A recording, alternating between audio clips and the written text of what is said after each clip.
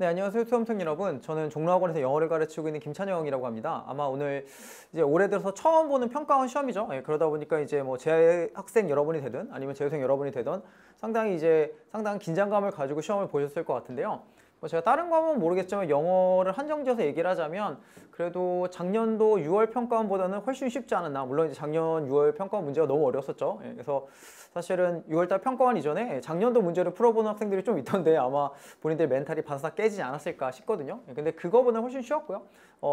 제가 개인적으로 봤을 때는 작년도 수능보다도 조금 더 평이하게 출제가 되지 않았나 이렇게 생각을 가지고 있습니다. 그래서 아마도 대부분의 학생들이 본인이 이제 가지고 있는 실력을 조금 발휘했다면 충분히 좋은 성과를 얻을 수 있지 않았을까라는 생각이 들고요. 그래서 오늘은 이 가급적 평가원 시험이다 보니까 되게 다양한 유형의 문제를 좀 해설 드리고, 물론 문제 자체는 쉽지만 우리가 이 문제들을 보시면 알겠지만 답 자체를 고르는 건 그렇게 어렵지 않지만 때로는 그 답까지 가는 과정이 좀 까다로운 문제들이 있거든요. 그래서 그런 문제들 위주로 좀 설명을 드릴 것 같고요. 그래서 오늘은 21번 함의 추론 문제와 30번 어휘 추론 문제, 그리고 32번, 33번, 34번의 빈칸 추론 문제, 그리고 37번의 글의 순서 문제, 39번의 문장 삽입 문제, 그리고 40번의 요약문 완성 문제까지 이제 다뤄드리도록 하겠습니다. 일단 처음에 21번의 함의 추론 문제를 보면 사실 그때도 이제 제가 이 모의고사 해설 강의를 그동안 촬영을 하면서 이 함의 추론 문제라고 하는 것들은 기본적으로 주제 제목을 물어본 문제는 크게 다르지 않다. 그래서 얘 같은 경우는 글의 주제를 파악하는 게 되게 중요하고, 그리고 여러분들이 항상 아시겠지만 주제나 제목이라고 하는 건 단락의 특정한 부분만 가지고 결정되는 게 아닙니다. 이건 글의 전체적인 어떤 맥락에서 되게 중요한 걸 찾는 거기 때문에 그런 요소들을 생각하시고 이 문제를 풀었다면 아주 큰 어려움 없이 문제를 푸셨을 것 같은데, 일단 처음에 보면 우리가 클라이밍의 퍼포먼스를 기반으로 해가지고 자신의 자존감을 결정하는 건 어떠냐? 외부적인 요소의 변덕에 우리가 좌지우지될 수 있는 요소가 있다라 그런 여지가 있다고 얘기했습니다. 그렇죠? 그리고 이런 외부적인 요소라고 하는 건 대단히 랜덤하고 미스리딩하다고 했습니다. 그렇죠? 되게 임의적이고요. 그다음에 이게 잘못될 수가 있어요.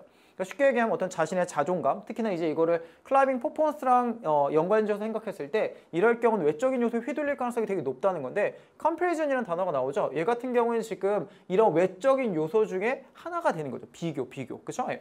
그래서 우리가 비교의 내용들은 아주 간단하죠. 뒤에 걸 보면 비교는 어디까지 상대적인 개념이기 때문에, 예를 들어서 당신의 파트너, 너랑 같이 하는 사람이요, 오늘 그날따라 잘 못해요. 그날따라 유달리 잘 못하고요. 그 다음에 클라이밍이 되게 어렵다라고 생각하면 우리가 보통 같이 하는 우리들 입장에서 어떠냐 하면 내가 오늘 좀 잘하네? 라는 생각을 가지게 된다는 거죠. 왜냐하면 나는 그렇게 어렵지도 않고, 그쵸? 그 다음에 그러다 보니까 내가 되게 잘한다고 생각하는 거죠. 실제로는 근데 우리의 실력은 크게 달라지지 않았어요. 예전하고 비슷하다는 얘기죠. 그쵸? 반면에 너의 파트너가 오늘따라 너무 잘해. 그쵸? 그러면 우리는 되게 내가 못한다고 생각하게 되는 거죠. 그쵸? 실제로 내가 더 잘하고 있음에도 불구하고입니다. 그쵸? 그래서 우리가 여기서는 이 외적인 요소들의 근간을 두는 것의 문제점을 얘기를 하는 거고, 그쵸? 그런 외적인 요소 중에 하나가 바로 비교가 되는 거죠. 그쵸? 쉽게 얘기하면 external factor라고 하는 요소 중에 하나가 바로 컴패리즌, 비교가 되는 거고요. 그렇죠? 근데 우리가 비교만 있을 거냐? 아니, 반드시 그런 것만 있는 건 아니죠. 그리고 또 다른 사례로서 뭐가 있는 거죠? 바로 환경적 요인이 있습니다. 그렇죠? 비교도 있지만 환경적 요인도 있죠. 그렇죠? 환경적 요소가 우리가 이런 외부적인 요소에 속할 수가 있는 건데, 예를 들자면 내가 오늘 여러분들이요, 우리가 클라이밍 하는데 그날의 목표를 되게 쉽게 달성했어요. 그렇죠? 근데 이게 실제로는 되게 호의적인 외부 조건들, 예를 들자면 그날따라 습도가 되게 낮다든지, 그렇죠? 여러 가지 요인들로 인해 가지고 되게 쉽사리 달성할 수 있어요. 그러면 나는 되게 잘한다고 생각하죠. 실제로는 근데 내가 그렇게 잘하는 게 아닐 수도 있다는 거죠. 그렇죠? 그래서 우리가 이런 외부적인 요소들이라고 하는 것들이, 그렇죠? 영향을 미칠 수가 있다, 이런 내용인 거고요. 그렇죠? 그래서 뒤에 거를 보면 우리가 in all cases, these cases라는 표현이 있는데 여기에 체크를 한번 해두시고요. 사실 이제 제가 학생들에게 이제 문제를 푸는 요령들을 알려주거나 문제를 푸는 방식을 설명할 때 기본적으로 뭐 독해력이 되게 뛰어나신 분들 같은 경우, 학생들 같은 경우에는 그냥 읽고 문제를 풀어도 크게 지장이 없지만 뭐 경우에 따라서는 시간이 부족하든 아니면 독해력이 부족하든 여러 가지 요인들이 있겠죠. 그래서 독해에 좀 어려움을 겪는 친구들이 있는데, 그럴 경우에는 우리가 글의 전체적인 구성을 좀 집중해 주면 문제를 풀기가 조금 더 쉬워진다고 얘기를 했거든요. 이게 우리가 뒤에서 설명드릴 32번 문제도 이거랑 거의 비슷한 구조라고 생각하시면 되는데, 이 in all case, these cases 있잖아요. 그쵸? 우리가 이러한 모든 경우에서도 라고 이런 표현이 나오죠. 이게 그러면 이 표현이 뭘 가르치는 거냐? 우리가 앞에서는 이러저러한 사례들을 설명했고 나는 지금 이 사례들을 토대로 내가 하고 싶은 얘기를 지금부터 하겠다는 거죠. 그렇죠? 다시 말하자면 우리가 이놀 디지 키시스 이게 예전에는 비슷한 유형의 문제로 뭐 이러한 사례들이 보여주는 반응 뭐 이런 식으로 정리하는 경우들이 있는데 그거랑 거의 똑같은 구조라고 보시면 되겠고요. 이게 앞에 있는 내용들을 총 정리해 주는 거죠. 다시 말하자면 이 글의 주제의식은 여기에서 가장 명확하게 보여준다는 거죠. 사실 우리가 이거에 착안을 해서 이 표현을 보고 여기가 이제 앞에 있는 것에 대한 일종의 요약이구나. 그러니까 다시 말하자면 글의 주제의식은 여기에 몰려있구나 라는 걸 이해하고 문제를 풀면 우리가 한결 더 쉬워질 수가 있는 거죠. 근데 여기를 보면 그래서 어쨌든 간에 당신이 가지는 좋은 감정이 됐던 그렇죠? 아니면 나쁜 감정이 됐던 얘 같은 경우 뭐냐 너가 너의 어떤 공헌이나 너의 어떤 이런 것과는 전혀 상관없는 뭔가 다른 것에 우리가 뭐죠? 기초하고 있다는 거죠. 그렇죠? 네가 그렇죠? 할 수 있는 거랑 전혀 상관이 없어요. 이거 사실 외재적인 요소들에 접근하고 있기 때문에 너의 내적인 요소랑은 전혀 상관이 없다는 거죠. 그렇죠? 그래서 실제로는 네가 되게 잘해가지고 이런 퍼포먼스가 너의 자존감을 부스트 시켜준다고 하더라도 그 자신감이 상승되는 것들은요. 픽션, 허구에 근거하고 있다죠. 그렇죠? 여기서 얘기를 하는 건 우리가 이 외부적인 요소라고 하는 것들은 너의 어떤 개인적인 성취도가 상상되는 거랑 전혀 상관이 없다는 얘기죠. 그렇죠? 상대방이 잘하는 거 잘하고 못하고는 나랑 상관이 없고요. 그 날씨가 환경적 요인이 좋고 나쁜 것도 나랑은 상관이 없죠. 그렇죠? 결국에는 네가 느끼는 자신감의 상승이라고 하는 게 실제로는 너 자신과는 상관없는 외재적인 요소에 따라 결정이 된 거다. 그렇죠? 그러니까 믿을만하지 못하다가 되는 거고요. 그래서 답이 3번이 되는 겁니다. 그렇죠? 당신이 성취에 대해서 가지게 된 이런 자신감이라고 하는 것들은 믿을만하지 못하다가 되겠죠. 만약에 답을 4번으로 고른 친구들이 있다라고 한다면 이 두 가지 측면을 생각하셔야 되는데 일단 하나는 아까 설명드렸지만 이 글에서는 비교라는 부분이 상당 부분 많이 설명이 되어 있지만 얘는 external factor 중에 하나의 사례로서 컴패리즌을 설명하는 거기 때문에 일단 얘가 글의 전체적인 주제를 보여주는 게 아닙니다. 그렇죠? 그리고 여기에 결정적으로 4번 보기 뒤를 보시면 demotivating이라는 단어가 나오죠. 그렇죠? 우리가 얘는 사기를 저하시키는 거죠. 그렇죠? 그러니까 부스트라는 개념과는 전혀 상관이 없게 되는 거죠. 그렇죠? 그래서 그런 것들을 고려하게 되면 4번은 비록 컴패리전이라는 단어가 나오긴 하지만 이걸로 답을 찾아내는 건 좀 문제가 있다는 걸 알 수가 있는 거고요. 오히려 우리가 이 이노 디스케이시스라고 하는 요 표현을 잘 보시고 이쪽을 잘 읽어주면 우리가 답이 3번이라는 걸 알아차릴 수가 있는 그런 문제가 되겠습니다. 그다음 30번 문제고요. 30번 문제는 이제 어휘 추론 문제인데 이 어휘 추론 문제도 제가 그동안 되게 여러 번 설명을 드렸었던 그런 유형의 문제이고 학생들에 따라서는 되게 까다롭다고 느끼는 그런 유형의 문제인데 사실 제가 늘 말씀드리지만 이 문제 같은 경우는 일종의 인내심이 필요하고 내가 답에 대한 정확한 근거를 찾는 게 되게 중요하다고 항상 누누하게 말씀을 드렸습니다. 근데 여기도 보면 이제 몇 가지 이렇게 문제를 쭉 읽다 보면 얘가 좀 이상한데 이렇게 느껴지는 부분들이 있어요. 근데 그거는 그 맥락을 정확하게 이해를 못해서 그런 거고 대부분의 경우에는 글의 전체적인 주제에서 크게 어긋나지 않아요. 그렇죠? 근데 많은 학생들이 그런 부분들을 보고 나서 답을 골라주는 경향이 있기 때문에 틀리게 되는 거거든요. 사실 우리가 이 글의 내용도 보시면 전체적인 내용이 되게 어려운 것처럼 보이지만 실제로 얘가 얘기를 하는 건 우리가 어떤 글쓰기라고 하는 게 일종의 판매랑 똑같다는 거죠. 그렇죠? 우리가 이런 내가 어떤 글을 쓰는 작업들 뭐 작가가 됐던 아니면 뭐 학자가 됐든지 간에 내가 어쨌든 글을 쓰는 작업이라고 하는 건 나의 것을 널리 알려가지고 독자의 관심을 끄는 거죠. 그렇죠? 그래서 일종의 세일즈랑 똑같다라는 개념으로 얘를 이제 이해해 주시면 그렇게 어려운 문제는 아니거든요. 처음에 보면 너의 어떤 글에 대한 독자를 얻는 거죠. 독자층을 획득하는 문제라고 하는 게 일단 기본적으로 목소리를 얻는 것. 그렇죠? 내가 무슨 얘기를 할 거냐. 이런 것들을 발견하는 것도 물론 있겠지만 어떤 것도 있냐. 그 목소리라고 하는 것들이 너의 의도된 독자들하고 공명하는 것. 다시 말하면 반응을 해야 되겠죠. 쉽게 얘기하면 네가 어떤 얘기를 했을 때 독자들이 그걸 매력적으로 받아들여야지만 의미가 있다는 거죠. 자, 그래서 사업가들은 이런 것들의 중요성을, 브랜드를 만드는 것의 중요성을 되게 명확하게 알고 있고요. 이 브랜드라고 하는 건 당연히 그들의 경쟁자랑 구분이 돼야 됩니다. 나는 남들과 달라야 되겠죠. 그렇죠? 그래서 독자들을 자신의 제품과 서비스를 끌어들이는 건데 그래서 사업가들은 이런 걸 달성하는 걸 어떻게 달성하냐? 쉽게 얘기하면 내가 나의 브랜드를 되게 매력적으로 만들어가지고 독자들을 끌어다니고 우리가 소비자들 끌어다니는 거. 그렇죠? 일단 첫 번째는 뭐죠? 그들의 타겟 오디언스를 정확하게 설정하는 거죠. 그렇죠? 정확하게 찾고 그 다음에 독특한 가치를 일단 만들어내고 그 다음에 자신만의 어떤 인지할 수 있는 정체성을 만들어주는 거예요. 사실 일본 같은 경우에는 앞뒤 맥락을 따졌을 때 이게 왜 정확하게 정답이다라는 근거는 없지만 사실 내가 어떤 브랜드를 형성하는 과정이라고 하는 건 나의 어떤 제품이 먹힐 만한 타겟 오디언스나 타겟 마켓을 찾는 게 필요하지 않겠습니까? 그렇죠? 1번은 우리가 어떤 상식적인 측면에서 보자면 특별히 이상한 게 아닌 거죠. 그렇죠? 그 다음에 이제 2번 보기로 넘어가면 일단 판매자들은 우리가 사업가들은 늘 이런 식으로 자신의 브랜드를 빌딩이 왔어요. 남들과는 좀 다르게 해가지고 나의 브랜드로 사람들을 끌어들이는 그런 작업을 해왔는데 물론 학자들은 처음에는 이러한 사업적인 개념인 게 되게 낯설다, 되게 이질적이라고 발견했을지 모르겠지만 그들도요 궁극적으로는요 이런 비슷한 관행에 참여하게 됐다는 거죠. 그렇죠? 사실 우리가 2번 보기 역시도 마찬가지인데 이 에일리언이라는 단어가 되게 이상하게 보일 수도 있겠지만 학자들 같은 경우 이렇게 나의 어떤 저작이나 이런 것들을 판매하는 이런 타겟 오디언스를 찾는 이런 과정들 자체가 처음엔 좀 내가 이런 것까지 해야 되나? 라고 생각을 했을지 모르겠지만 나중엔 비슷하게 한다고 했어요. 그렇죠? 특히나 이 while이라고 하는 접속사가 그렇죠?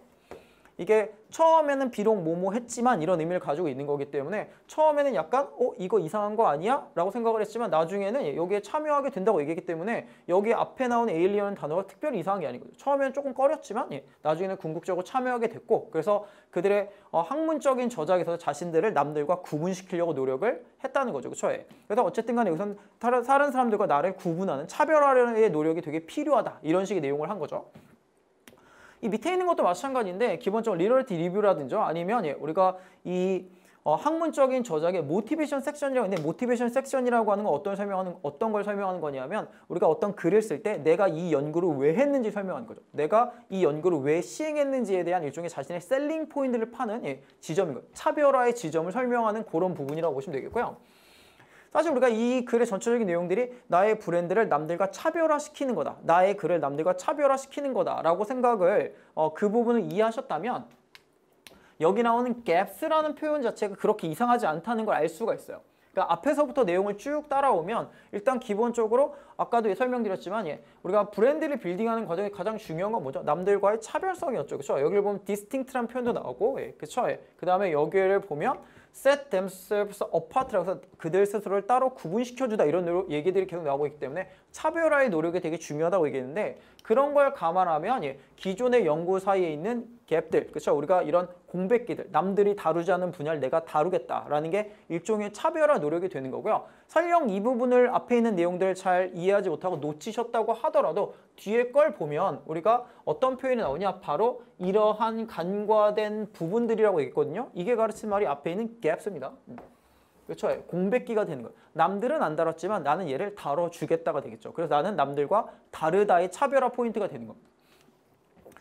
자, 그래서 이거는 뭐냐라고 하면 혁신적인 아이디어를 개발시키는 게 아니라, 그렇죠? 그게 아니라 앞에 얘기했었던 finding voice랑 비슷한 느낌입니다. 그렇죠? 내가 혁신적인 아이디어를 발견한 것만으로도 충분하지 않죠. 왜냐하면 그걸 상대방에게 어쨌든 매력적으로 생각하게 해야 되니까, 그렇죠? 그래서 독자들로 하여금 얘는 괜히 모모아처럼 들린다라고 하는 독특한 목소리를 만드는 거. 독특한 목소리 뭐죠? 차별화의 노력이죠. 그렇죠? 차별화시키는 노력이 필요하다는 거죠. 그렇죠? 그런 걸 생각해 보면 우리가 1번, 2번, 3번, 4번은 큰 무리가 없고요. 자, 그래서 결국에는 우리가 이런 차별화의 노력이라고 하는 건 결국에 뭐냐라고 했을 때 너의 아이디어를 표현하는 것과 네 생각을 표현하되 얘가 밸런스 A with B가 되겠죠. 그래서 A와 B의 균형점을 맞춰주는 건데 어떤 균형점을 맞춰주는 거냐? 너의 독자들에게 일시적인 인상을 남겨주는 독특한 목소리죠. 사실 얘는 앞에 이 문제도 마찬가지인데 앞에 있는 내용들을 다 이해하지 못했다고 하더라도 독특한 목소리는 어떻죠? 기억 속에 오래 남는 거죠. 그렇죠? 얘는 사실 유니크 보이스랑 템포러리 임프레션이 사실 좀 배치되는 내용일 뿐만 아니라 글의 전체적인 내용이 나의 브랜드를 차별화 노력을 통해 나의 브랜드를 형성시키는 과정이라는 걸 생각한다면 템포러리라는 단어가 되게 이상하다는 걸 알 수 있고요. 그렇기 때문에 얘를 레스팅으로 고쳐줘야 되겠죠. 그렇죠?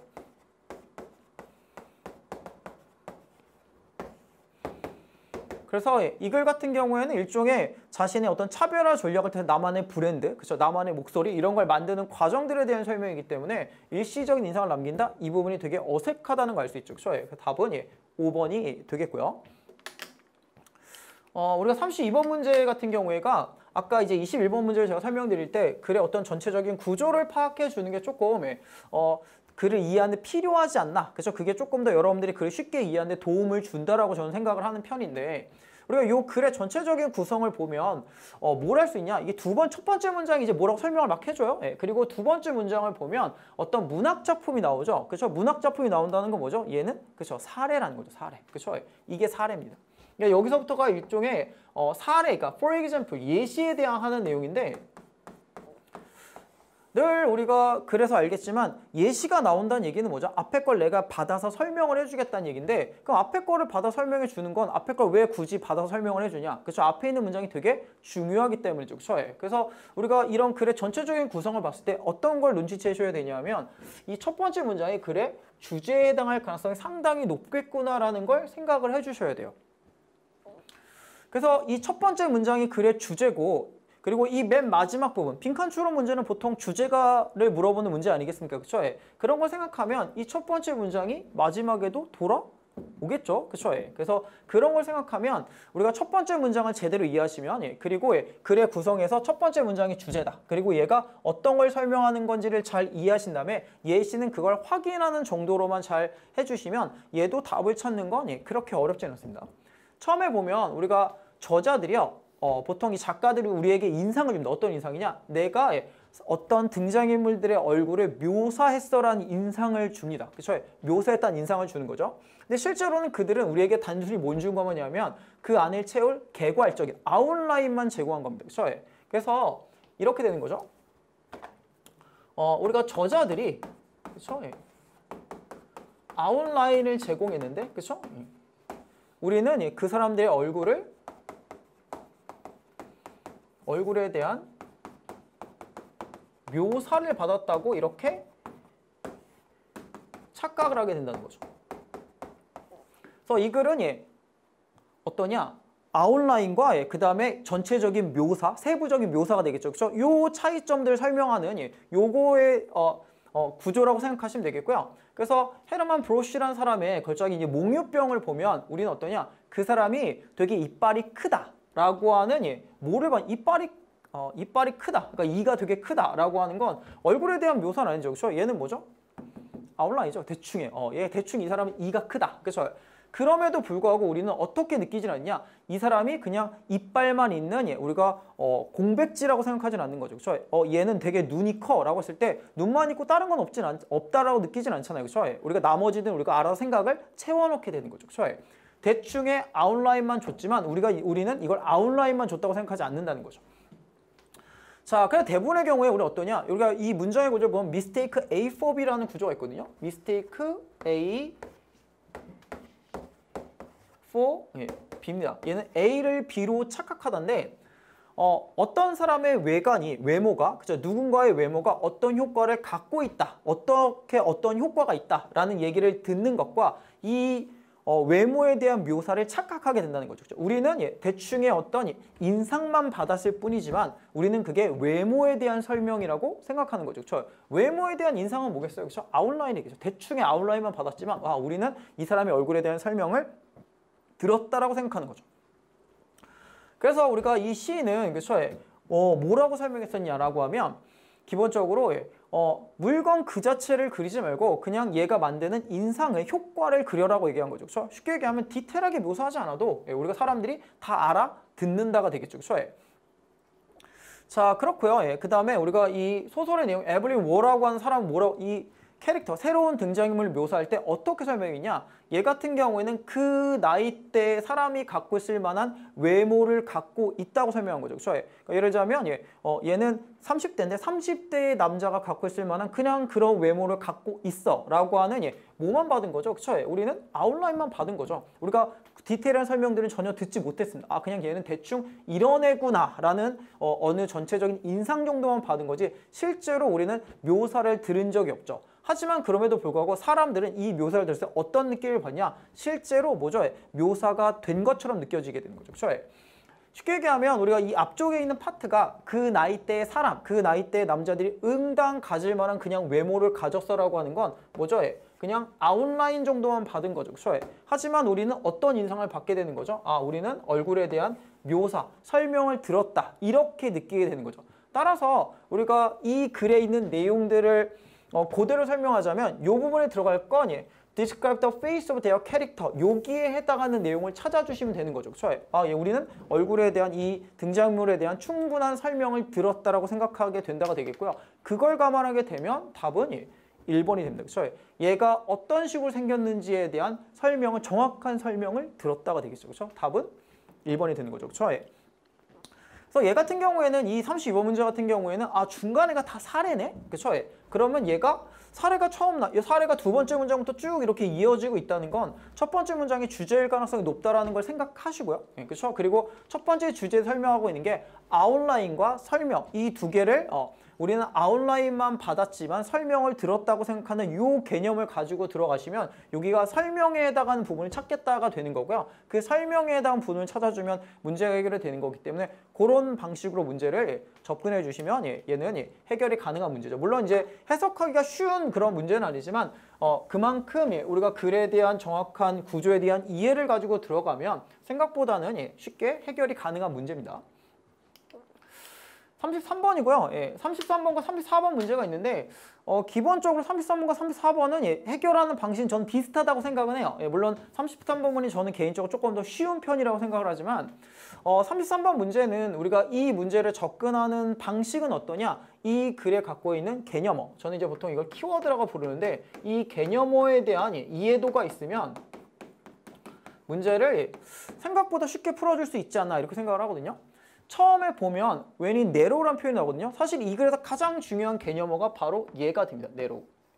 우리가 관심을 이렇게 좁히는 거죠. 우리가 어떤 특정한 거에 꽂히게 되는 건데 이렇게 우리가 어떤 부분에 집중하거나 이렇게 관심의 범위를 좁히게 되면 우리가 갖고 있는 어떤 연산 능력이라고 하는 걸 중요한 문제에 다시 할당하게 되는 거죠. 내 관심사를 거기에만 집중하는 거죠. 그리고 이걸 이제 와이파이랑 이제 비교해 설명하는데 여러분들 아시겠지만 이제 와이파이가 너무 느려. 그렇죠? 내가 예를 들면 와이파이가 너무 느리면 빠를 때야 예를 들어서 휴대폰도 하고 그렇죠? 태블릿도 켜놓고 다 할 수 있지만 내가 와이파이가 느려. 그럼 어떻게 해야 되죠?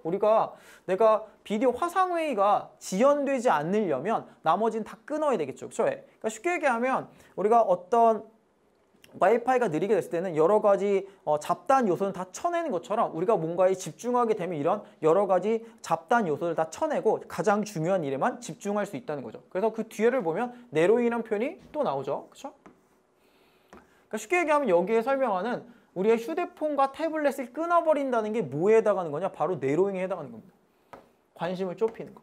이렇게 관심을 좁히잖아요. 그러면 또한 관심을 좁히는 건 목적을 달성하는 데도 도움을 준다고 얘기했어요. 그러니까 우리가 기본적으로 내가 가장 중요한 요소들, 당면한 문제들만 집중하게 되면 여러 가지 측면에서 긍정적인 효과를 가지고 온다는 게 여기까지 내용인 거죠. 그렇죠? 그래서 다른 부가적인 요소들, 주의가 산만한 요소를 다 쳐버리고요. 가장 중요한 목적만 바로 내 눈앞에 두게 되는 거예요. 가장 중요하게. 마찬가지로 우리가 어떠냐? 호민이라는 표현이 나오는데 이게 집중하다 이런 뜻이거든요. 이게 모여들다 이런 뜻인데 이것도 앞에 설명했던 내로잉이랑 같은 표현이 되는 거죠. 그렇죠?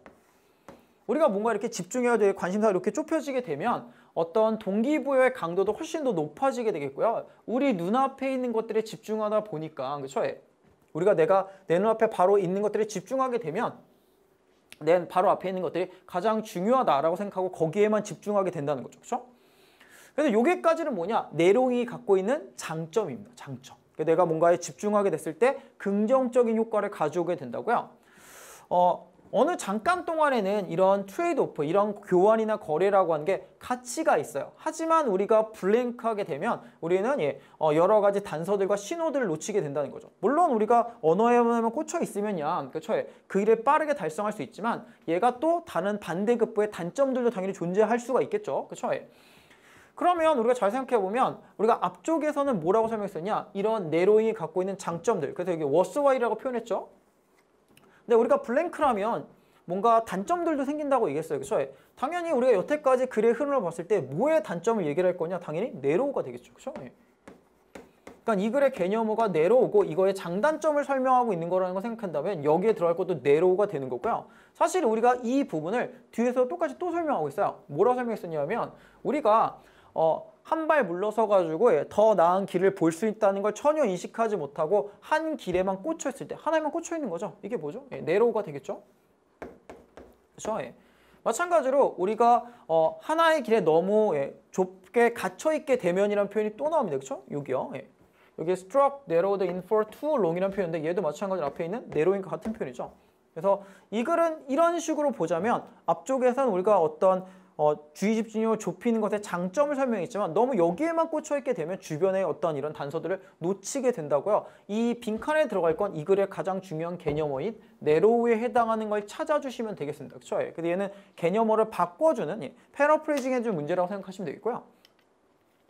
그걸 생각하면 우리가 내로잉에 해당하는 거, 내가 어딘가에 집중하는 걸 생각하시면 되겠죠. 그렇죠? 집중하는 거 바로 뭐죠? 주민이죠, 주민. 그렇죠? 주민이라고 하는 거 이렇게 좁혀지는 거 아닙니까? 그렇죠? 그걸 생각하게 되면 답은 4번이구나라는 걸 알 수 있는 거죠.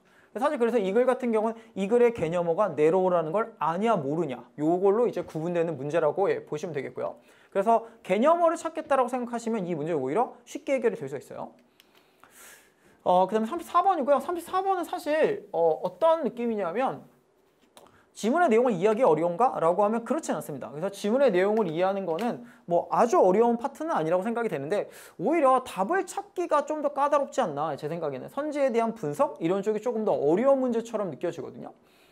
자, 처음에 보면 당연히 그렇죠. 우리가 지리 하면 하나의 단어가 긴밀하게 연관되어 있다고 했습니다. 그렇죠? 우리가 지리하면 떠오르는 가장 중요한 단어는 뭐죠? 당연히 웨어죠. 그렇죠? 장소, 어디가 되겠죠. 일단 웨어로 시작합니다. 기본적으로 우리가 지리학이라고 하는 건 무언가가 지구의 표면 어디에서 발생하는가, 어디에서 발생하는지가 중요하다라는 전제로부터 시작한다고 했고요. 여기서도 where라는 표현이 나옵니다. 그렇죠? where라는 문제가 되게 중요하다. 그렇죠? 하지만 가장 중요한 문제는 단순한 where가 아니다. 그렇죠? 그럼 이제 where가 아니라고 했으니까 뭔지에 대한 설명이었고요. 얘는 뭐냐? why, there, so what입니다. 그렇죠? 왜, 그리고 어떻게의 문제인 거죠. 그렇죠? why와 how의 문제가 되는 거죠. 그래서 이 글은 뭐라고 설명했었냐? 당연히 지리라고 하면, 그렇죠? 지오그래피라고 하면 가장 중요한 단어는 지오그래피니까 where가 되겠지만 이 where라는 문제를 단순히 그냥 장소의 문제로 설명할 수는 없다는 얘기죠. 그렇죠? 그러면 장소의 문제, where의 문제에서 장소 말고 도대체 뭐가 중요할 거냐? 이 문제에는 why와 how의 개념들이 들어가게 된다는 거죠. 그렇죠? 이 개념들이 되게 중요하다라고 설명했고요. 이런 질문들에 우리가 도달하는 것들은 어떤 걸 의미하냐? 우리가 공간적인 배열이나 베리에이션이 아니면 인터커넥션을 되게 진지하게 고려하는 걸 요구한다고 얘기했어요. 그렇죠? 쉽게 얘기하면 why나 how 같은 문제들을 다루려면 단순하게 장소의 문제가 아니라 지리적인 배열이나 아니면 편차라든지 아니면 연결성 이런 걸 되게 진지하게 고려해야 된다고 얘기했습니다. 심지어는 우리가 아주 간단한 일상적인 문제를 다루는 것조차도요. 뭐가 필요하냐? 공간적 우리가 환경들, 정황들에 대한 이해도가 필요하다는 거죠. 그렇죠? 여기 뭐 스페이셜 서컴스턴스 표현이 나오는데 앞에 있는 우리가 밑줄 친 스페셜 어레인지먼트 베리에이션 인터커넥션과 거의 같은 개념이라고 생각해 주시면 되겠죠. 그렇죠? 그래서 우리가 음식이나 서비스를 어디에서 찾을 수 있냐? 어디에만 중요한 건 아니죠. 그렇죠? 우리가 여러분들이 어디에를 찾으면 반드시 뭐가 들어가냐? 어떻게가 들어가죠. 그렇죠? 네이버 길찾기 이런 거 생각하시면 되겠습니다. 그렇죠? 그래서 그 장소까지 어떻게 갈 거냐? 이런 문제들이 따라오게 된다는 거죠. 그래서 쉽게 설명드리면 여기까지 내용들은 우리가 보통 지리학에서 가장 중요한 문제는 장소가 어디냐의 문제겠지만 사실 장소가 어디냐의 문제는 그거로 끝나는 게 아니에요. where의 문제로 끝나는 게 아니라 여러분들이 특정 장소를 검색하면 당연히 같이 따라오는 건 여기를 어떻게 갈 것이냐. 그렇죠? 그리고 내가 거기에 왜 가야 되느냐. 이런 문제들이 당연히 존재하는 거죠. 그렇죠? 뭐 사람들마다 다르겠지만 특정 장소를 검색했을 때 내가 여기를 갈 거냐, 내가 왜 가야 되지, 이 먼 거리인데 어떻게 가야 되지, 뭐 이런 걸 고민을 일단 먼저 하고, 그렇죠? 내가 왜 가는지를 결정하게 되면 어떻게 갈 건가 이런 것도 보통 결정하잖아요, 그렇죠? 그래서 그런 것들까지 생각해 주시면 되겠고요. 이런 문제들이 따라온다는 겁니다, 그렇죠? 기본적으로 우리가 이 단계별로 이게 일상생활도 물론 그렇지만 이게 단계가 조금 더 올라가는 거죠. 그렇죠? 그러니까 일상생활에서 내가 이 식당을 갈 거냐 말 거냐, 간 다음에 어떻게 갈 거냐 뭐 이런 것들을 고민하지만 이게 단계가 조금 더 올라갔을 때요. 블랭크를 하지 않으면 우리가 합리적인 어떤 사업이라든지 정책 결정을 내리거나 사건을 이해하거나 아니면 이런 지구상에서 삶을 형성하는 기본적인 힘들을 이해하는 게 점점점 빡세지게 된다는 거죠. 그렇죠? 아까도 얘기했지만 where의 문제만 있는 게 아니라 why나 how의 문제가 있고요. 그렇죠? 이런 문제들은 당연히 어떤 게 있냐? 바로 이런 요소들에 대한 고려가 있다고 했습니다. 그렇죠? 공간적인 어떤 정황이라든지 공간적인 어떤 배치의 문제들 이런 것들이 있다고 얘기했었고요. 뒤에 거를 보면 우리가 새로운 장소라든지 가게라든지 아니면 퍼블릭 서비스를 찾는 거 이게 뭐죠? 우리가 찾는 위치를 결정하는 거잖아요. 이거 where 문제 아니겠습니까? 그렇죠? 이런 문제들 역시도 고려사항이 있다고 했어. 어떤 걸 고려해야 되냐? 바로 인구의 어떤 분산의 문제라든지 아니면 도로와 공공시설의 위치라든지 사회 경제적인 패턴이라든지 이런 여러 가지 환경적 정황들에 대한 이해가 필요하다는 거죠. 그렇죠? 우리가 사실 이 부분 역시도 그렇죠?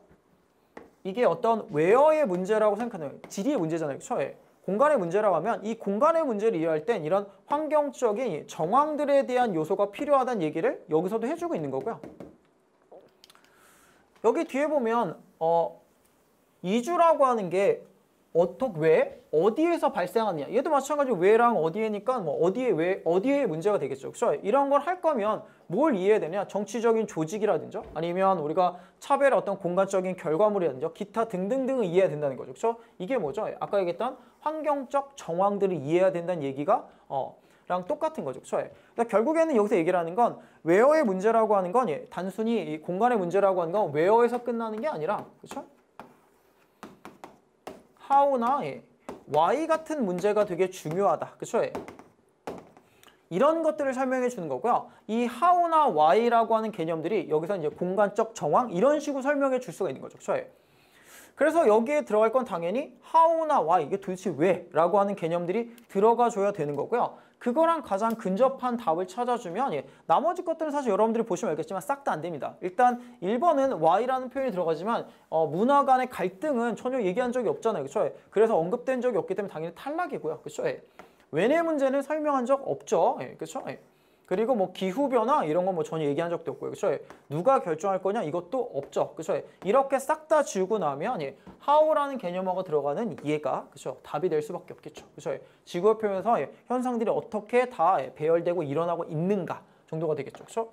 그래서 이글 같은 경우에도 아주 간단하게 물론 패러프레이징이 앞에 있는 문제보다 더 많이 돼 있습니다. 그래서 사실 이글도 문제를 접근하는 방식은 33번과 크게 다르지 않은 것 같거든요. 제가 보기에는. 그래서 33번 문제는 네로라는 개념으로 하나를 따라서 쭉 가시면 되지만 얘 같은 경우에는 where라고 하는 게 how랑 why라는 개념과 이어진다. 그리고 그럼 블랭크에 덜건 대충 how나 why에 해당하는 게 들어가면 되겠구나를 생각하고 문제를 풀어주시면 되는데 물론 제가 개인적으로 느끼기에는 33번 문제보다는 이 how나 why에 해당하는 부분을 찾는 게 조금 더 어렵지 않나라는 생각은 가지고 있습니다. 물론 학생들이 느끼기, 여러분들이 느끼기는 좀 다를 수 있겠지만 어쨌든 풀어주는 방식들은 큰 차이는 없다. 37번 문제고요. 37번 문제가 이게 단순하게 문제를 풀어주실 때 이게 내용을 쭉 이해해서 풀기에는 조금 어려울 것 같고요. 여기에 이제 앞뒤의 맥락들, 그렇죠? 이런 걸 가지고 문제를 풀어줘야 되는데 기본적으로 우리가 글의 순서 문제라고 하는 건 글 전체의 내용을 이해하는 게 아니라 앞뒤 단락 간의 연결성 이런 걸 보는 문제잖아요. 그렇죠? 그러면 이 문제 역시도 앞뒤 단락 간의 어떤 연결성을 가지고 이제 풀어주셔야 되겠고요.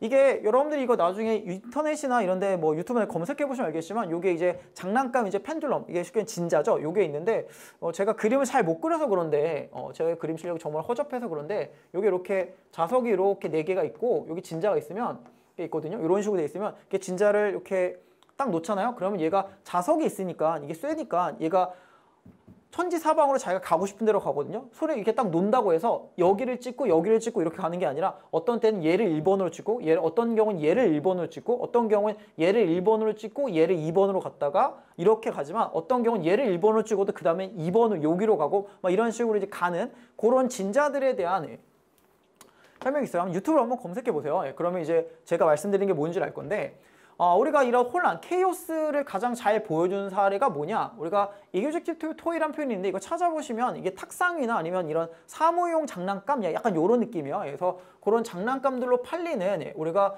이 자석, 진자가 있다고 얘기했고요. 얘 같은 경우는 이제 바닥에 4개, 아까 얘기했지만 4개의 좌석이 이렇게 있고요. 이게 4개 좌석이 있습니다. 그렇죠? 그리고 여기에 진자가 있어가지고 얘가 요 사이들을 왔다 갔다 거리는 겁니다. 아까 얘기했지만 요 사이를 돌아다니는 패턴들은 순전히 지멋대로입니다. 얘를 이제 문제 자체만 놓고 이제 설명을 드리면 배운 지식 요 정도로 하고요. 일단 얘는 기본적으로 뭐죠? 진자에 대한 얘기를 했어요. 그렇죠? 우리가 펜듈럼이라고 하는 우리가 소재를 설명을 해줬고요. 얘를 뭐의 사례로 설명했냐? 바로 케이오스의 사례로 설명했습니다. 사실 이런 식으로 이제 글에 전개가 됐을 때 내가 케이오스의 사례로서 일상적인 사례로서 펜듈럼을 내가 설명할게 라고 얘기를 했으면 당연히 우리가 이 펜듈럼의 작동 방식에 대한 설명을 해줘야 돼요. 왜냐하면 얘가 뭐 어떻길래 케이오스인지에 대한 설명을 해줘야죠. 그렇죠? 그러면 얘에 대한 실질적인 작동 방식에 대한 설명은 어디 나오죠? 바로 여기에 나오죠. B에. 대부분 학생들이 B까지는 찾아주실 수 있을 것 같은데 그래서 얘는 아주 전형적인 문제 제기나 개념 설명을 해주고 그거에 대한 개념 제시를 해주고 그거에 대한 설명을 부연 설명을 해주는 방식으로 글이 전개되고 있다고 생각하시면 되겠어요. 야 이거는 들어봤냐? 이렇게 얘기를 하면 얘가 뭐 어떻게 움직이길래 케이오스야 라는 것에 대한 설명을 해줘야 되겠죠. 그렇죠? 그래서 B를 보시면 네가 진자를 딱 놓고요. 얘가 어떤 순서대로 돌아다니는지 네가 한번 체크해 확인해 보라는 거죠. 그렇죠? 그래서 얘가 똑같은 장소에서요. 두 번째 놓는다고 하더라도 얘 패턴이라고 하는 건 처음에는 비슷해 보일지 모르겠지만 궁극적으로 어떻게 된다고요? 달라진다고 얘기했어. 궁극적으로는 달라진다. 그렇죠? 궁극적으로 달라진다는 얘기는 뭐죠? 우리가 예측할 수 없는 혼란의 상태라는 거죠. 그렇죠? 그래서 이게 펜듈럼이 왜 케이오스의 사례인지에 대한 설명이 여기까지 나왔다고 보시면 되겠고요. 그렇죠? 이렇게 됩니다. 자, 실제로 이 움직임은 케이오틱하다고 얘가 이렇게 설명을 해줬죠. 그렇죠? 그래서 B까지는 이제 찾아주실 수 있을 것 같은데 문제가 이제 B 다음에 A가 올 거냐 C가 올 거냐인데 여기 나오는 케이오틱이라는 단어만 보고 얘로 넘어가시면 사실 좀 곤란해요. 왜냐하면 우리가 혼란을 만들기 위해서는 이렇게 얘기했잖아요. 그렇죠? 그러면 우리가 보통 이렇게 생각해 보시면 되죠. 성적을 올리려면 이라는 얘기는 뭐죠? 우리가 실제로 성적이 그렇게 높지 않다는 얘기죠. 그렇죠? 실제로 혼란을 만들려면 이라고 하면 아직까지 완벽하게 혼란 상태다. 근데 혼란을 만들려면 이렇게 연결되는 건 조금 이상하고요. 그리고 여기에 케이오스라는 단어가 물론 여기에 겹치는 감도 없지 않아 있긴 하지만 여기에 보면 우리가 반복이라는 개념 단어도 여기에 있거든요. 그렇죠? 그럼 얘도 일단 설명이 나왔어야 되겠죠. 그렇죠? 사실 우리가 이 두 가지 전제 조건을 다 충족시켜주는 애는 얘가 아니에요. 우리가 C가 되는 거죠. 그래서 여기에 보면 움직임이 완전히 혼란스럽다고 얘기했고요. 그 혼란스럽다에 대한 부연 설명이 C가 됩니다. 네가 아무리 조심해가지고 그렇죠? 똑같은 위치에서 시작하려고 해도 얘는 두 번째 두 가지 사건의 두 가지 경우에서 완벽하게 다른 루트를 방문한다고 얘기했어요. 그렇죠? 이게 바로 뭐죠? 케이오틱이죠. 케이오틱. 그렇죠? 케이오틱. 그러니까 B에서 C로 넘어가는 부분이 B의 마지막 문장에 대한 완벽한 패러프레이징이 얘라고 생각하시면 되겠습니다. 그렇죠? 그리고 C의 마지막을 보면 이런 혼란, 케이오틱 시스템이라고 하는 것들은 반복에 의해서 만들어지는데 모든 반복이 다 케이오스로 이어지는 건 아니야 라고 얘기했습니다. 그렇죠? 그럼 우리가 반복을 한다고 해서 다 케이오스는 아니야 라고 설명했으니까 뒤에는 그래서 A번이 오게 되는 거죠. 그렇죠? 그래서 케이오스를 만들려면 반복이라고 하는 것들이 우리가 이런 비선형적 체계 내에 존재해야 되라고 하는 조건이 오게 되는 거죠. 그렇죠? 그리고 그 다음에 이거에 대한 설명이 되는 거죠. 그래서 우리가 이 글의 전체적인 구성을 보면 주어진 글에서 케이오스의 사례로서 그렇죠? 이거의 사례로서 진자를 설명했고요. 이걸 일종의 개념의 제시라고 보시면 되겠어요. 우리가 이런 애들이 있다. 그렇죠? 이거에 대한 부연 설명, 그렇죠? 구체적인 설명이 B에서 나온 거고, 그렇죠? 이 펜듈럼의 운영 사례들에 대한 설명이죠. 그래서 마지막에 보면 이 움직임이 케이오틱하다라고 해서 얘에 대한 부연 설명을 해줬고요. 그리고 이 혼란스럽다라고 하는 것에 대한 그렇죠? 완벽한 패러프레이징이 첫 번째 C의 첫 번째 문장이 나왔고요. 그렇죠? 이렇게 돼 있고요. 그렇죠? 움직임의 패턴이 케이오틱했다라고에 대한 부연 설명이 패러프레이징이 여기 나왔고요. 그렇죠? 그리고 모든 반복이 케이오틱하지 않다라고 C의 마지막 문제에 설명했죠. 그럼 당연히 여기에서는 뭐가 나와야 되죠? 그럼 뭐 어떻게 할 건데? 에 대한 설명이 나와줘야 되겠죠. 그렇죠? 그리고 그것에 대한 조건이 나와주는 A가 마지막에 오는 게 맞게 되는 거죠. 그렇죠? 답은 그래서 B, C, A가 됩니다. 그래서 얘는 B까지 찾아주시고 요거를 바로 가기 전에 근데 그러니까 우리가 반복이란 단어가 있는데 이게 어딨지? 라고 생각해. 만약에 개념어, 그러니까 나는 전체적인 내용을 이해해서 풀기는 좀 그렇고 내가 단어를 찾겠다라고 하시면 요 한 단어만 볼 게 아니라 요거까지 봤으면 오히려 더 쉽게 고르실 수 있겠죠. 그렇죠? 왜냐하면 C의 마지막에 보시면 이게 다 있거든요. 그렇죠? 다 있기 때문에 오히려 이렇게 찾아주셨으면 더 쉽게 풀지 않았을까. 그렇죠? 그래서 답은 B, C가 되겠고요. 39번의 문장 3의 문제인데요. 얘 같은 경우에는 제가 개인적으로 느끼기에는 예전에 4년이죠. 2023년에 봤던 수능이죠. 그 문제랑 약간 비슷하다고 느껴지는데 얘를 보면 요 주어진 문장 안에 앞에 거 뒤에 두 가지 문장이 나오는데 여기 but이라고 하는 역접의 연결사가 있죠. 그렇죠? 앞에 걸 보면 그들은 여전히 앉아가지고요. 그렇죠? 이러한 working back and forth라고 있어요. 그렇죠? 앞뒤로 움직이는 것들을 머릿속으로 그릴 수 있을지 모르겠지만요. 그래서 우리가 이걸 통해서 뭘 할 수 있냐? 이 주어진 문장 앞쪽에는 앞뒤로 우리가 걸음을 앞으로 갔다 뒤로 갔다 이런 것들이 설명이 됐어야 되겠고요. 하지만 그들은 또한 어떠냐면 적어도 그들의 상상 내에서는 그들의 발의 움직임들을 우리가 재현하고 있다고 하겠습니다. 그렇죠? 그러니까 머릿속으로 뭔가를 내가 구체적으로 그리고 있는 거죠. 앞쪽에는 뭔가 우리가 걸음을 걷는 거, 얘는 뒤쪽에는 뭔가 내 머릿속에서 뭔가를 상상력을 재현하는 거, 이거가 나오면 되는 거죠. 그렇죠? 그래서 앞과 뒤의 내용을 대충 짐작할 수가 있습니다. 그래서 첫 번째 문장을 보게 되면 연구자들이 일상적인 어떤 물리적 경험이라고 하는 것이 수학적 개념에 이해될 수 있다고 얘기했고요. 특히나 이제 우리가 길을 따라 걷는 것들이요. 일종의 산수를 생각하는 은유가 될 수 있다고 했습니다. 그렇죠? 더하기 빼기. 예를 들자면 길이 0에서 시작하고 애들이 이 길을 따라서 한 발자국씩 우리가 가는 거죠. 그러면 뭐 어떨 경우는 반걸음 내지는 우리가 하나를 건너뛸 수도 있고요. 만약에 그들이 더하기를 생각한다면 이렇게 생각하면 되죠. 내가 앞으로 5 더하기 9를 9에다 5를 더하겠다라고 하면 내가 일단 9걸음을 걸어간 다음에 그 다음에 다시 5걸음을 더 가는 거죠. 그렇죠? 내가 앞으로 지금 전진하는 거죠. 그렇죠? 이게 뭐죠? 앞으로 working force 하는 거죠. 그렇죠? 반면에 또한 이 개념 같은 게 but 때문에 이제 이거를 고르시는 학생도 있을 것 같은데 앞에는 더하기였어요. 뒤에는 뭐죠? 마이너스예요. 마이너스는 어떻게 하면 되죠? 내가 14걸음을 갔다가 어떻게 하죠? 뒤로 3걸음 이렇게 오면 되죠. 그렇죠? 얘는 뭐죠? back이 되죠. walking back이죠. 그렇죠? 그러니까 쉽게 얘기하면 walking back and forth라고 하는 게 앞뒤로 움직이는 건데 이 앞뒤로 움직임에 대한 설명이 전부 다 여기랑 여기에서 설명이 된 거죠. 내가 더하기는 앞으로 나가는 움직임, 그 다음에 빼기는 뒤로 물러나는 움직임이 되는 거니까. 그렇죠? 얘가 일단 조건이 충족이 됐고요. 뒤에 걸 보면 너가 눈을 감고, 그렇죠?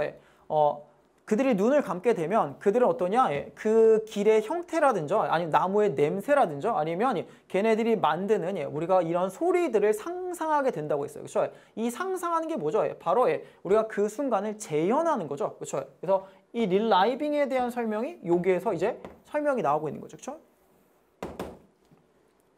그런 걸 감안하게 되면 답은 당연히 5번이 되는 게 맞게 되겠죠. 그래서 얘는 주어진 문장을 일단 잘 읽어보시고 여기에 나오는 두 개의 정보가 다 나왔으니까 그렇죠? 이렇게 왔다 갔다 거리는 거예요. this라는 표현이 있기 때문에 얘는 앞에 분명히 언급이 됐어야 되겠죠. 그렇죠? 이렇게 앞뒤로 움직이는 걸 상상한다는 건 앞에는 앞뒤로 움직이는 것에 대해 워킹에 대한 설명이 나오면 되겠고요. 워킹에 대한 설명이 여기까지 이어집니다. 그렇죠? 그리고 뒤에는 릴라이브 내가 다시 재현하는 거니까 그 재현에 대한 내용은 여기 나오죠. 그렇죠? 그렇게 치면 답은 5번이 되는 게 맞겠죠. 그렇죠? 그래서 얘네들은 약간의 인내심을 가지고 물론 이제 시간이 없다 보면 아무거나 이제 막 고르고 싶은 생각이 있을 수 있을지 모르겠지만 얘는 요거를 잘 생각하고 문제를 풀어주시면 얘도 이렇게 해결해 줄 수 있는 문제라고 생각이 되고요. 그럼 40번이고요. 40번 문제는 보통 이제 저는 학생들한테 뭐라고 설명하냐? 얘는 일종의 짝 맞추기 게임이라고 설명하는 짝 맞추기 게임. 그러니까 보통은 우리가 이 대부분 학생들이 아시겠지만 요약문 완성 문제에서는 뭘부터 읽어야죠? 요약문을 먼저 읽어야죠. 그렇죠? 요약문을 읽고 대충 얘가 무슨 내용을 얘기를 할 건지 그리고 내가 필요한 정보는 어디에 있는지 일단 찾아주고요. 그렇죠? 그리고 기본적으로 이 빈칸에 들어간 단어는 본문에 있는 단어들을 패러프레이징 해주는 겁니다. 그러니까 본문의 단어랑 짝 맞추기가 돼요. 내가 찾고자 하는 단어가 반드시 본문에 있어야 돼요. 근데 우리가 보통 이런 짝 맞추기, 짝짓기의 과정이라고 생각하시면 되는데 이 짝 맞추기의 과정인데 이 문제를 조금 어렵게 내면 어떻게 되냐? 우리가 반대 단어를 찾게 하는 거죠. 예를 들자면 뭐 우리가 자신감을 높인다가 이제 본문의 내용이면 이 빈칸의 내용은 자신감을 낮추지는 않는다. 이렇게 반대편으로 가는 경우가 있거든요. 사실 이 문제가 40번 문제가 그런 형태의 문제거든요. 그래서 얘가 답을 1번과 2번 중에 고르는 헷갈렸던 학생들이 되게 많을 것 같은데 일단 처음에 볼까요? 보시면 우리가 실업을 실업을 창출해낸 거죠. 사람들이 이제 실업자들 늘리는 거죠. 기술이라고 하는 것들이 사회적 질서를 우리가 뒤집어 엎습니다. 그래가지고 부의 블랭크에 영향을 미치고요. 그럼 일단 우리가 처음에 찾아야 될 건 뭐죠? 우리가 어떤 재산이라든지 부의 문제에 관련된 걸 찾아야 되겠다. 그렇죠?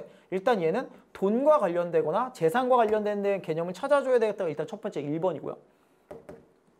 그리고 어떠냐? 어떤 사람들이 직업에서 발견하게 되는 감정적인 블랭크를 엘리미네이트요. 제거한다요. 여기서 찾을 건 제거입니다. 제거. 그죠? 여기서 제거한다고 했기 때문에 사람들이 뭔가를 느끼고 있는데 얘가 없어지게 되는 거죠.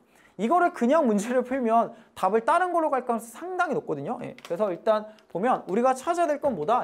일단 부의 블랭크에 관련된 문제를 찾는다. 그 다음에 어떤 재산이나 돈이나 부와 관련된 개념어를 찾아준다. 그 다음에 B에서 찾을 건 우리가 사람들이 느끼는 감정적인 뭔가를 없앤다. 없애는 게 뭔가 이걸 찾아야 되겠죠. 자, 일단 처음에 보면 기본적으로 이런 사람들의 어떤 이런 직장 생활에서 느끼는 어떤 심각한 저하라고 하는 게 사회적 질서를 디스터브 한다고 있거든요. 우리가 아까 봤던 업셋, 소셜 오더를 아까 업셋 한다고 봤었는데 여기서는 이걸 디스터브라고 썼습니다. 그렇죠? 일단 여기에는 우리가 처음에 시작한 부분과 이제 맞아 떨어지고 있죠. 쭉 보면 우리가 기술적인 어떤 변화 이런 걸 설명을 하는데 보통은 우리가 직장이라고 하는 것들이 뭐죠? 우리가 성장의 과실을 분배하는 우리가 나눠가는 과정이고요. 사람들에서 기본적으로 뭐죠? 대부분의 사람들이 그들의 직업은 뭐죠? 그들의 소득의 가장 중요한 부분이라고 했어요. 그렇죠? 일단 뭐가 나오죠? 돈 얘기가 나왔어. 돈 얘기. 그렇죠? 돈 얘기가 나왔네. 웰스 얘기가 나왔죠. 근데 기술적인 어떤 실업이라고 하는 것들이 오래 장기간 있었던 어떤 이런 배열이나 이런 것들 다 약화시키는 거고요. 그러다 보니까 뭐를 심각하게 만든다고 했었냐? 바로 불평등을 심각하게 만든다고 했습니다. 자, 여기서 이제 우리가 A번에 들어갈 거를 이제 정확하게 알 수가 있는 거죠. 일단 여기서 뭘 설명했었냐면 소득을 얘기를 했고요. 소득에 불평등이 생긴다고 했어요. 그렇죠? 그럼 이제 불평등이 됐던 평등이 됐던 이런 것들을 우리가 뭐라고 설명할 수 있냐라고 하면 바로 분배가 되겠죠. 그렇죠? 일단 얘는 1번과 2번 둘 중에 하나입니다. 일단 이니퀄러티를 보고 얘는 분배겠구나. 투자는 당연히 아니겠죠. 그렇죠? 자, 그다음에요. 일단 직업이라고 하는 건 당연히 소득이 제일 중요하죠. 그렇죠? 하지만 이 직업이라고 하는 건 또 뭐의 의미가 있죠? 그렇죠? 우리가 어떤 삶의 의미, 그렇죠? 우리가 자기 실현, 뭐 욕구 이런 거 있잖아요. 그렇죠? 그런 거랑 똑같다는 거죠. 그런 게 이제 필요한 거고요. 그래서 여기를 보면 마지막으로 넘어올까요? 보면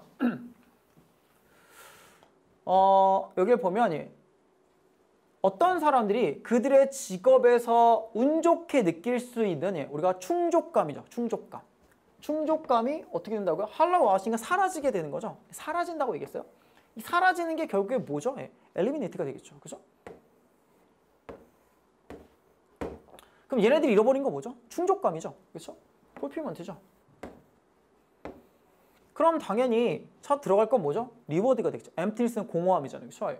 이게 모르긴 몰라도 앞에 있는 엘리미네이트를 보지 않으면 실업했으니까 당연히 감정적 공허함을 느끼겠지 이렇게 생각하시면 안 됩니다. 얘는 여기 풀필먼트라는 단어가 있고요. 그 뒤에도 그들로 하여금 찾을 수 없게 만드는, 찾을 수 없다는 건 제거해버린다는 얘기죠. 그렇죠? 우리가 퍼포즈, 그렇죠? 목적이라든지 이런 걸 우리가 찾을 수 없게 얘기한다고 했기 때문에 B에 들어갈 건 엠프티니스는 안 됩니다. 그래서 제가 봤을 때 많은 학생들이 답을 1번으로 고를 가능성이 상당히 높아 보이는 문제거든요. 왜냐하면 앞에 있는 엘리미네이트라는 단어를 보지 않고 대충 실업이니까 당연히 이제 정서적 공허함이겠구나 이렇게 생각하시면 틀리기가 딱 좋은 그런 유형의 문제고요. 아까 얘기했지만 대부분의 경우 이렇게 짝 맞추기인데 얘를 약간 다른 엘리미네이트나 이런 단어를 못 보게 되면 틀릴 수 있는 그런 유형의 문제라고 생각을 해주시면 될 것 같습니다. 그래서 여러분들이 40번 문제가 시간을 그렇게 많이 투자할 필요가 있는 문제는 아니거든요. 그래서 여러분들이 찾아야 될 걸 잘 찾아 정답만 주면 풀 수 있는 문제인데 대신에 우리가 앞에 있는 이런 표현들을 놓치시면 안 되고요. 이런 표현을 놓치면 의외로 이 문제를 되게 많이 틀리게 돼요. 그래서 그런 것들을 잘 생각해 주시고 기본적으로는 짝 맞추기지만 그런 요소들도 고려해야 된다라고 생각하시면 되겠습니다. 일단 오늘 제가 드리는 강의는 그렇죠? 예, 해설 강의는 이 정도까지일 것 같고요. 물론 이것 말고도 이제 개인적으로 틀리신 문제들이 있겠지만 일단 전체적으로 오늘 시험에서 조금 까다롭다라고 할 문제들은 다 설명을 드렸고 그리고 그런 문제들을 접근하는 방식들을 설명을 드렸거든요. 그래서 오늘 제가 설명드렸던 내용들을 잘 한번 본인들도 똑같이 따라 하실 수 있나를 보시고 해보시면 좋을 것 같고요.